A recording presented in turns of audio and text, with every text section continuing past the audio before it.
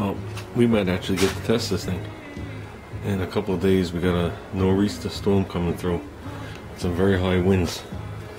So there's a chance I might lose power. So I said to my son after we get back Sunday from the mini bike races, we'll give this thing a tune. Then we'll toss a plug in it, change the oil, and I'll set the governor speed. Make sure the governor's working and make sure it's putting out 110, 120 volts, whatever it is. 100. Because they give you a spec, 120 volts. I know I got it sideways. 120 volts at 3600 RPM.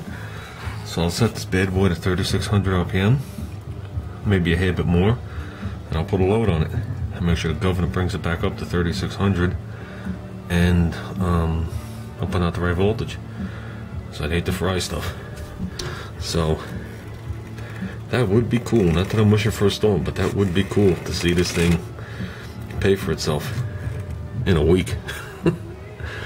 So plug's still loose. So like I said, I think that's where you fine-tune the governor. That's what it appears like. So I know I've used this thing before on my channel, but it was early on. So I actually used this thing when I did the Granada motor. Oh, Ford. Sorry. And when I did the, I've used it on my wagon motor, which is very hard to use it on.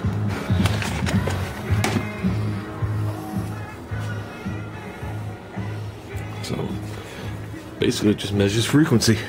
You'd fire this bad boy up, rest it on there. That's hard to do with one hand. You see the wire? And you're gonna, well, you hold this with one hand and turn it. I just can't do it. And you bring the wire out until this thing pulsates or vibrates or fluctuates so fast you can't really see it. And then you tune it back and forth, and you can read your RPM. You just have to know if it's the first power, second power, fourth, eighth, and that's it. And we can set this to 36. I'll set this to 3600 before I even start, and I'll lay it up on the motor, and we'll work on it from there. So it says it's a 15 amp, so I'll just check out some of my stuff, load me up to 15 amps because it's 15 amps continuous, and we'll load this bad boy up, see if we stay within this 3600, 3700 mark. If it goes down to 3000, we know we need some governor adjustments. If it's at 4000, we know we need some governor adjustments. So I'm going to do this on Monday. Should be a cool video. So, Sunday. Monday might be too late. So, like I said to my son, it'll definitely power the refrigerator and a couple of lights. And that's all we need. And of course this camera.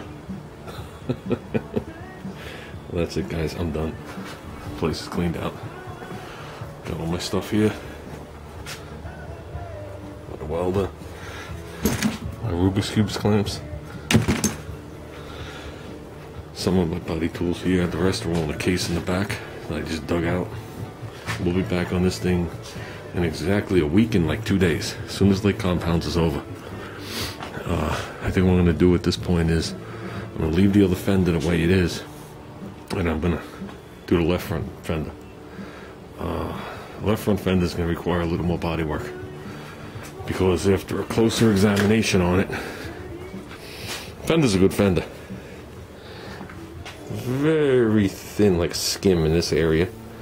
Very light, nothing on the weld that I could find. No rust on the wells, no rust on the bottom corner.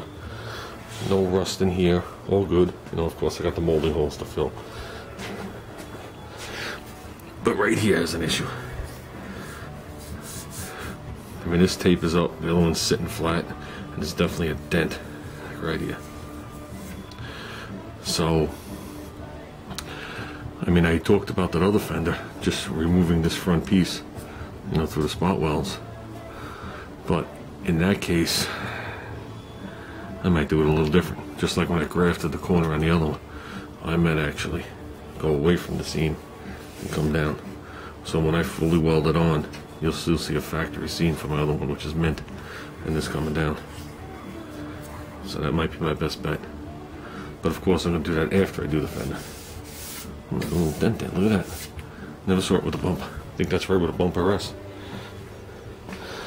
So we'll do the well first, then we'll work on the front corner.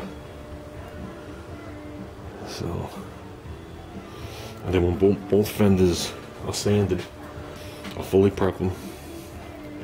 I'll epoxy them. I want to coat them with the short strand fiberglass in the front, just a thin coat in case I missed anywhere. Then I'll seal them on the backside, because if there's any kind of pinholes, I don't want it to ooze through any of the welds that I missed. I'd rather see it sealed off first. So then we'll hang them back on the car and get them done. So, gotta get this done. We got a lot more shit to do this winter. This isn't the only project.